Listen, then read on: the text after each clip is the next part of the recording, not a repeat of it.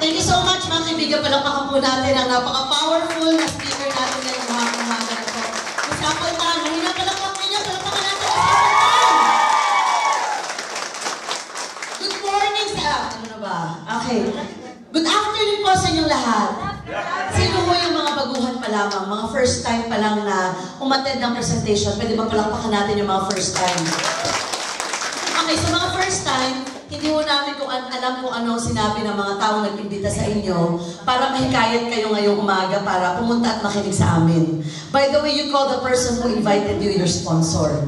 Okay? Ako po ay matagal na rin po sa Royal. Nasimulan ko po ang negosyo to. Wala pa pong opisina sa Taiwan. In fact, nagsisimula pa lang ang negosyo to way back 2006. Ako po yung nagtatrabaho noon. Siyempre, alam ko lahat naman po kayo may mga trabaho, di ba? Ano naman ang ginagawa nyo dito kung wala? Alam nga namang nagsa-sightseeing lang. Okay, so anyway, ako din po, employed ako noon na simulan ko ang Royal. Part-time lang naman ako. Kaya kung may mga trabaho kayo ngayon, hindi ko yan na dahilan para hindi kayo umasenso sa negosyo natin. Kasi it can be your fallback income. Subok-subok lang ba? Kasi ako ganun lang po ako nagsimula. Dati po akong empleyado, hindi lang dito sa Taiwan, hindi lang sa ibang bansa. I was very much employed. I was connected sa isang multinational real estate company po. And I was an executive property consultant. Actually, maganda lang pakinggan yung posisyon ko, pero puro dating walang datong. Diba? Parang manager lang na puro jar walang money. Alam niyo naman sa Pilipinas, makikita mo, ang gaganda ng suot, diba? Tapos pupunta sa likuran, kakain lang sa Jolly Jeep. Alam niyo yung Jolly Jeep? Yung jeep na may ifo-fold na yung mga necktie and all. Nakakatuwa lang isipin, dahil akala ko po, nung nag-aaral ako, pag nakagraduate na ako at nagtatrabaho sa isang magandang kumpanya, nasa corporate world, kasi doon po ako pinalaki ng magulang ko, akala ko yun ang paraan para yumaman at umasenso. Kasi syempre, sino bang ayaw yumaman? Katulad ko, ako po hindi nabiyayaan ng mayamang pamilya, hindi katulad ni Apple. I came from a poor family. Wala lang po sa itsura ko yun, kasi syempre yumaman na po ako. Pero dati, alam niyo, talaga nagpupursige po ako dahil gusto ko kahit paano magkaroon ng magandang buhay kami ng pamilya ko. Actually, yung trabaho ko po noong time na yon as EPC or Executive Property Consultant, kung single pa po ako noon, kung isipin ko lang ang sarili ko, maaaring sapat na po ako doon sa kinikita ko. Kaso hindi ba tayo, may mga pamilya tayo umaasa sa'yo, di ba, may mga gusto kang tulungan. Minsan hindi naman yung sarili mo na lang iniisip mo eh. Kasi kung isipin mo lang ang sarili mo, kaya mo namang mahirapan eh, hindi ba? Siguro kayo kung iisipin nyo lang din ang sarili nyo, hindi na kayo para pumunta pa ng Taiwan. Kasi kaya-kaya mo nang makipagbuno sa Pilipinas eh. Pero kung isipin mo yung mga taong umaasa sa'yo, yung, lalo na kung marami kang breadwinner ka ng pamilya, yun yung mga bagay na kino-consider mo. Ba't gusto mong kumita talaga ng maraming pera? Ako po, breadwinner ako sa amin. Parehas na magulang ko may sakit. Kaya hindi kailangan kumita lang ako ng sapat. Kung hindi higit pa sa sapat. Lahat mo ng pwedeng pagkakitaan, basta't moral, ethical at legal, sinusunggaban ko yan. Lahat mo ng pwedeng ibenta, wag lang puri, binibenta ko. Kaya ako nung isinama ako dito para umattend ng seminar daw, 3 bagay lang tinanong ko sa kaibigan ko. Ang unang tanong ko, may babayaran ba pag pumunta? Sabi niya, walang bayad, libre. Makikinig ka lang. Pangalawa tanong ko, pwede bang i-part-time? Kasi wala akong plano mag-resign sa trabaho ko. Yun ang bread and butter ko. Pero kung ipa-part-time ko, bakit hindi? Yung 5,000 piso po, kahit 10,000 piso sa buwan-buwan, malaking tulong na rin sa amin yun. Kasi pangbayad na rin ang kuryente yun eh, hindi ba? Sabi niya, Rox, pwede i-part-time. Pag pumunta ka doon, marami ka nakikita nagpa-part-time lang pero kumikita. At that time, mga kapatid, hindi madali ang buhay because I was living from paycheck to paycheck. Kumbaga yung sahod ko po, tama lang pambayad ng monthly bills. Minsan hindi pa nga umaabot, kailangan pang mangutang, hindi ba? Alam niyo naman yung buhay na ganyan eh, hindi ba? So anyway, nag-aisip ako ng part-time. Pangatlo tanong ko sa kanya, pag hindi ko ba nagustuhan yung ipapaliwanag, wala bang pilitan, walang commitment. Pupunta ako, makikinig ako, pag hindi ko nagustuhan, walang pilitan. Ang sabi niya sa akin, Rox, makinig ka lang. Buksan mo isip mo, pag nagustuhan mo, pagtulungan natin. Pag hindi, okay lang, magkaibigan pa rin tayo.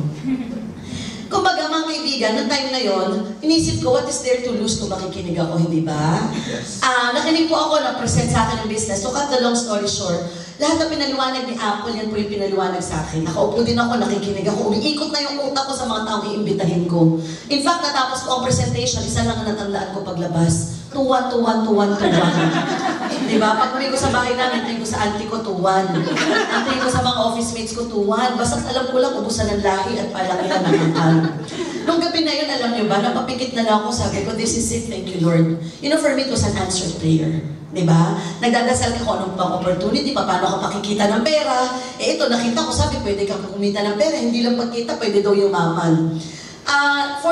Magkano dito? 11,000?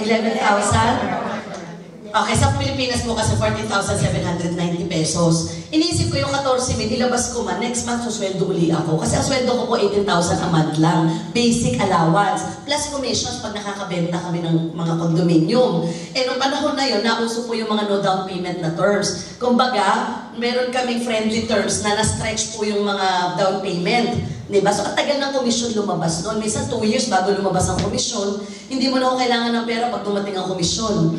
Kaya talagang naisip ng pagkakitaan. Yung 14,000 pesos, although malaking pera po sa isang empleyado, lalo na marami kang responsibilidad, inisip ko lang, ibitawan ko matong 14,000 na to, next month meron pa ako kikitain. Ibig ko sabihin, hindi naman yan yung huling-huling 14,000 na meron ka. Tama?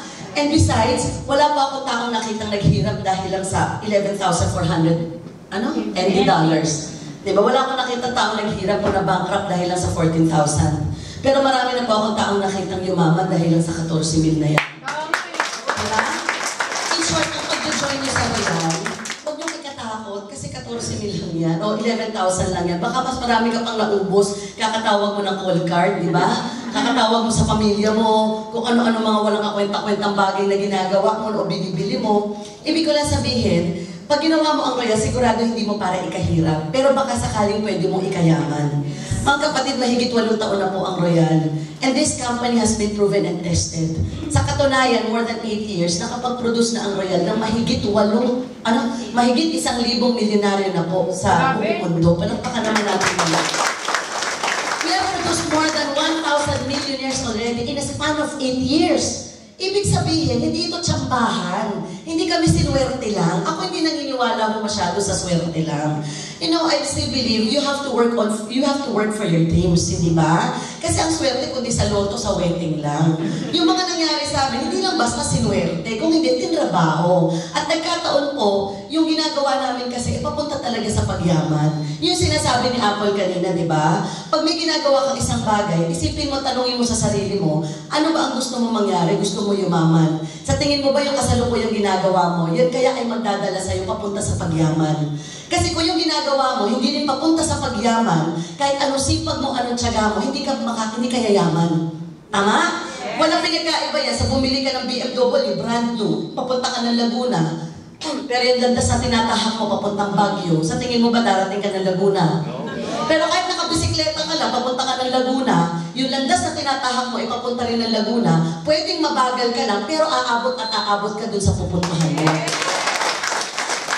Kaya hindi ba, pansinin mo, may nakita ka bang, no offense ha, hindi ko sinasabing sisantihin ninyo ang mga amo ninyo. Pero how do you see yourself 5 years from now? Baka ganun pa din eh. 10 years from now, baka ganun pa din. You don't like to see yourself 10 to 15 years from now doing the same thing. Diba? Ang nadagdag lang yung puti sa buhok at saka yung edad. Sabi ko nga siguro, the biggest regret that I will have in my life, yung pinakabagay na pagsisisihan ko siguro sa buhay ko, is when I reach the age of 60 years old and then I will look back and regret. At sasabihin ko, sayang, sana nung mas bata-bata ako, nung mas may lakas pa ako, nag-isip pa ako ng iba pang pwedeng gawin. Sana nung mas bata-bata ako, mas naging agresibo pa ako. Kasi kahit ano sabihin mong sayang, yung mga panahon at yung oras na dumaan, yung mga bagay na yun, hindi mo na pwedeng ibalik. Tama? Tama ba? Ibig sabihin mga kaibigan, ano ang dahilan ba't ka pumunta dito sa Taiwan? Para kumita ng pera, para mabagong takbo ng buhay at ng pamilya mo. Tama ba? Ang tanong, ilang taon ka na ngayon dito? 5 taon, 10 taon? May nabago na ba sa buhay ng pamilya mo? Wala eh. Kung ano pumunta ka dito, hanggang ngayon, ganun ka pa din eh. Hindi ko nilalahat ha, pero mas marami ganun ang takbo ng buhay. Ibig ko sabihin, ulitin mo yung ginagawa mo for the next 5 years of your life. Believe me, kung ano ka ngayon, ganun ka pa rin. Why? Kasi wala kang binago. You know, Albert Einstein, he gave a definition of what is insanity. Nagbigay siya ng isang definition, ano daw ibig sabihin ng kabaliwan. Alam niyo kung ano yun? Insanity means doing things over and over again but expecting different results. Ang kabaliwan daw, ginagawa mo isang bagay na paulit-ulit, pero naghahangad ka ng pagbabago sa resulta. In short, paano may mababago? Wala ka namang binabago sa ginagawa mo. Tama? 5 years ago, problema mo pera. Ito ginawa mo. Hanggang ngayon, problema mo pa rin pera. Guys, ulitin mo yung ginawa mo na yan for the next 5 years, believe me, pera pa din ang problema mo. Tama? Yes. Now, gawin mo ang Royal ngayon. Sigurado ako, mga kaibigan, 5 years from now, pera pa rin ang problema mo. Pero hindi mo na alam kung paano gastusin yung pera na yan. In short, there's a saying po, di ba, sabi nga, if you always do what you've always done, you will always get what you've always gotten. Kung paulit-ulit yung ginagawa mo sa buhay mo, syempre yung resulta paulit-ulit din. Hindi ko sinasabing baguhin nyo agad yung ginagawa nyo. Idagdag nyo lang to. Kasi kung wala kang idadagdag sa ginagawa mo, wala rin madadagdag sa resulta mo. Di ba? Total, ano ba yun? Tuwing Sunday lang naman, kung day off ka, doon mo gawin. Ako, ginagawa ko lang po ito during my day off, during my spare time. Pero alam nyo, sabi nga nila, wala yan sa part-time, as long as quality time. For 7 months, part-time po ako sa Royal. Tuwing gabi lang po ako after ng office ko, pumupunta ako ng Quezon City. Ang opisina ko sa The Fort po, sa Fort Bonifacio, ang office ng Royal nasa Quezon City. Tapos, ang bahay ko po sa Navotas, kasi nakikitira lang ako dati sa auntie ko, wala naman kasi kami sariling bahay. Isipin mo, 20 years employed ang parents ko, wala kami naipundar na sariling bahay. Ang naipundar lang po namin isang 1970 model na Toyota Corona. Tumutunog lahat pero busina. 20 years yan. Nag-abroad pa nga tatay ko eh. Diba? Imagine mo, ilang taong nagtrabaho, pero alam niyo, wala kami naipundar na sariling bahay. Kaya nga goal ko, sabi ko, gusto ko magkaroon ng bahay, nagbebenta ako ng property, wala kami sariling bahay. Nakikitira ako sa auntie ko. Pero alam niyo, yun yung naging motivation ko para tumrabaho ng mabuti sa Royal. Kasi ang sabi ng speaker, pag ginawa mo to magkakabahay ka, magkakakotse ka. At that time, hindi ko alam kung totoo yung mga pinagsasasabi niya. Basta gusto ko yung mga bagay na sinasabi niya. Gusto ko yung kotse, gusto ko yung bahay, gusto ko yung maman. Kaya ang tanong ko, paano kung totoo yung sinasabi niya, hindi ko sinubukan, di ba? Kaya nung gabi na yun, parang ako lumulutang. Nung gabi na, hindi po ako nakatulog. Kaya mamayang gabi, pag hindi kayo nakatulog, congratulations. Senyales po yan ng yumayaman sa negosyo. Noong gabi na daw makatulog, na ako nag-start na humakot ng tao. To cut the long story short, actually, first month I earned about 25,000 pesos. Baliw na baliw po ako noon. Bakit? Siyempre, part-time lang eh. Bakit nangyari? Nag-invite ako ng 50, ang dumating lang 20, ang nag-join 4.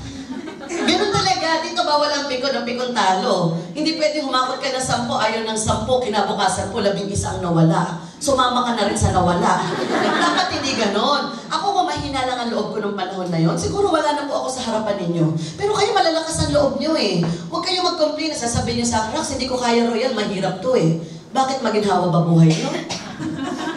Diba? Hindi na maginhawa buhay nyo eh, para mag-complain kayo sa hirap. Ibig ko sabihin, kahit mahirapan kayo sa Royal, okay lang, at least alam nyo may mapapala kayo. Kesa naman, ako para sa akin, ang pinakamahirap sa trabaho, hindi yung trabaho mismo, sanay tayo dyan. Ang pinakamahirap sa trabaho, yung routine ng trabaho. Yung araw-araw gigising ka, ito na naman ang gagawin mo, uuwi ka, matutulog ka, ganyan na naman. Ilang taon mo na ginagawa yun, wala pa rin nangyayari. Ang pinakamahirap sa trabaho, yung ginagawa mo na hindi mo alam kung may future ka sa ginagawa mo. Tama, mali? Pero kung alam mo na mayroong mangyayari sa'yo, mga kaibigan, ang pagod, ipahinga mo lang yan, bukas malakas ka na eh. Puyat, itulog mo lang yan, may lakas ka na naman. Tama, mali? So, ang kailangan nating malaman, kung yung ginagawa natin, may pupuntahan talaga. Mga kaibigan, kami po ni Miss Appleton, pumunta rito all the way from Manila, hindi para kumbinsihin kayo, kasi walang ibang makakakumbinsi sa inyo kung hindi sarili ninyo. But we just want to serve as a living testimony that, guys, the system is really working. Totoo niyo yung mayaman sa Royal, hindi ba? Na kami po ay living testimony na kapag ginawa niyo ito negosyo to at tinabaho niyo at sineryoso niyo, kung ano po nangyayari sa amin, pwede rin mangyari sa inyo. Diba? Second na, third month na gusto ko na mag-resign sa trabaho kasi ang tingin ko po sa boss ko nun, gluta tayo na pag pumapasok ako. Wala na ako sa sarili ko. Talaga, ay grabe, gusto ko na nga mag-resign. Hintay ko lang po yung party. Hinintay ko lang nun yung bonus ko. So, 7 months nag-resign ako, nakabili ako ng kotse, naging Millionaires Club member po ako after 9 months. I earned my first million after 9 months. Second year ko, I became a President Circle, which means I earned my first 6 million pesos po. Ibig sabihin, accumulated income. Yung pong kinita ko mula na nagsimula ako, umabot ng 6 million. President Circle yun. Kasi may mga leveling yan. Ika-4th year ko pa, naging Chairman Circle ako. Ibig sabihin, sa loob ng 4 na taon, ang accumulated income ko umabot ng more than 15 million pesos. On my 5th year, I was awarded as Movers and Shakers, which means, sa loob po ng 5 taon, ang total na kinita ko pala umabot ng more than 30 million. And then recently, praise God, I give back all the glory to Him. Because recently lang I was awarded as the first woman wisdom circle ng Royal. Alam niyo mga kapatid, hanggang ngayon nakakalulang isipin, hindi ba? Isipin niyo mga kaibigan, kung tinuloy ko yung dati kong trabaho nung sa dati kong kumpanya, baka po namatay na ako doon na buhay. Namatay at nabuhay na naman. Namatay at buhayin mo uli. Pero hindi ko kikitain doon yung kinita ko dito ng 7 taon lang. Alam niyo na, natutuwa lang ako dahil, you know, God helped me to make the right decision. Diba? Tinulungan ako ng Panginoon na gumawa ng tamang desisyon sa buhay ko. Kasi naniniwala ako, there's a thin line between success and failure. And that thin line is your decision. Your decision can make or break you. Tama? Isang maling desisyon, mababago takbo ng buhay mo. Isang tamang desisyon na gagawin mo, babaguhin din ang takbo ng buhay mo. 2006, I could have said no to Royal. May trabaho ako. Meron future ako sa trabaho ko. For promotion ako as sales director. Pwede akong mag-no sa Royal hindi ba? But buti nag-risk ako Buti umuo ako, sumubok ako Because I could have said no. Kung nag-no ako noong time na yon, siguro po, nandun pa rin ako sa kumpanya, baka na-promote na rin naman ako, pero hindi ko magiging buhay doon, yung buhay na meron ako ngayon sa Royal. Diba? Hindi ko mapapatay ng bahay ang parents ko. Ngayon may bahay na po silang sarili. Nabigyan ko sila ng 2 sasakyan. Nakailang bahay na rin po ako dahil sa Royal. Ngayon, I'm driving my own Porsche Cayenne. Naka-Porsche po ako. Sister ko may Range Rover. Guys, I'm living a very luxurious life dahil sa Royal. Na natutuwa po ako. Bakit? Kasi simple lang ginawa ko. Naniwala lang muna ako. Because it all started from believing. Hindi ba? So, alam niyo, no, yun lang, maraming magaganda po nangyari. Naniniwala ko, isang buhay lang ng tao ang baguhin mo. Isang buong pamilya ang binabago mo. Tama? So, mga kaibigan, well, let's face it, pinag-usapan natin dito, hindi lang magkita ng pera, kundi malaking pera. Lahat tayo gusto natin kumita ng malaking pera. Tama ba? Tama ba? Yes. At hindi mo siguro naman kasalanan kumita ng malaking pera. Kasi, you know, God Himself wants us to have an abundant life. Amen. Amen. God Himself wants us to have a prosperous life. Amen. Huwag niyong iisipin that money is evil. Ang nagsasabi lang niyan yung walang money. Pero pag binigyan mo ng money, tatanggapin din. Because you know, money is neutral. But the love for money, yan yung masama. Hindi ba? Depende kung paano mo gagamitin yung pera. Tama, mali? So, money may not be the most important thing in this world. Hindi ko pera ang pinakamahalagang bagay sa mundo. Totoo po yun. Pero kailangan natin kumita ng malaking pera para mapaligaya natin yung pinakamahalagang tao sa buhay natin. Ang kaibigan, inuulit ko, ginawa ko po ang Royal sa 8 years, pero natutuwa naman ako, nagkukwento na kami ni Apple. Grabe, ilan na po ang yumaman under our organization. Marami na po akong OFW na napauwi po sa Pilipinas. Ngayon may magandang buhay, may bahay, may sasakyan. Buo ang pamilya at ginagawa po ang Royal. Sa Hong Kong lang po ay more than 20 millionaires na po ang napauwi ko at naging millionary po sa Royal. Dating mga domestic helpers. Hindi ko kakilala yun na nakatabi ko lang sa Hong Kong. Ganyan po ako kapiag po sa na recruiter. Huwag ka magkakamaling ngumiti-ngimitian din kita. Pero ang bagsak mo, seminar. Yung taong kinukwento ko sa inyo, sana makarating siya dito one of these days, dating domestic helper, minsan invite nyo yun. Kasi ma-inspire niya maraming OFW. Domestic helper for 11 years po sa Hong Kong. Nakatabi ko lang sa McDonald's. May iba po akong kausap. Yung kausap ko hindi interesado. Sa lakas po ng boses ko, narinig yung katabi, siya po yung katabi. Kaya, in short, isang tao siguro desperado ng mabago yung takbo ng buhay, gagawa ng paraan. Alam niyo, bilib po ako sa kanya. Ikwento ko lang kasi makarelate kayo. Tuwing Sunday lang ang off noon. Kasi Monday to Saturday po, stay in siya. So, paglinggo lang siya talaga naka-day off. Normally, paglinggo, ang takbo ng buhay niya, nagkukuskus siya. Kinukwento niya sa akin, nagpa-part-time siya, nagbebenta siya ng load. Kasi yung sahod niya talaga, pinapadala niya lahat sa Pilipinas. So, yung mga pansarili niya, nakukuha niya sa mga part-time niya. Alam niyo, nung nag-member siya sa akin, ang sabi niya, sasakripisyo ko yung 1 buwang padala ko sa pamilya ko. Okay lang, 11 taon na rin naman akong padala ng padala, walang nababago. Baka sakaling ito na yung magpapabago sa amin. Alam niyo, I admire her guts. Pinahangaan ko po yung lakas ng loob niya. Diba? Kasi alam niyo, nag-join po siya. Kinukwento niya sa akin, paano niya ginawa. Sa taong gusto, may paraan talaga Sa taong ayaw, maraming dahilan. Diba? If you will tell me, naku, wala akong time eh. You know, for me, time is the most stupid excuse. Because if you want something, you can always find time for it. Alam mo, sabi ko sa kanya, paano ginagawa mo? Sabi ko, pag doon namamalansya siya, nakaipit doon yung telepono, doon siya nag-invite ng mga tao pag linggo. Pag doon nagpapasya siya ng aso, mamamalengke siya. Tina-invite na lahat ng Pilipino, kakausapin niya, from Monday to Saturday, linggo lahat sabay-sabay niyang imimit. For 2 years, ganun na ginagawa niya. Part-time to ha, hindi po kami magkakilala. Alam niya, natutuwa ako nung bumalik po ako, sabi niya sa akin, wala pang office sa Hong Kong, buti nga kayo may office dito. Nung binigay ko sa kanya yung package, nagpalitan lang po kami, sabi niya, Rox, magkita na lang tayo sa exit B ng MTR station. Tatakas lang ako sa amo ko, magbe-member na ako. That time, nung nagkita kami sa Exit B, nagpalitan lang po kami ng binigay ko yung package, binigay niya yung pera, para nagpalitan lang kami ng epektos. Sabi, tawag-tawag na lang, tawag-tawag. Sige, tawag-tawag, sabi ko. Tapos sabi ko, babalikan ka. Ang pangako ko sa kanya, pag ginawa mo to, babalikan kita, pagtulungan natin. Ay, you know, true to my word, bumalik po ako. Nung bumalik ako, sabi ko sa kanya, hindi ka ba natakot na baka hindi na ako bumalik?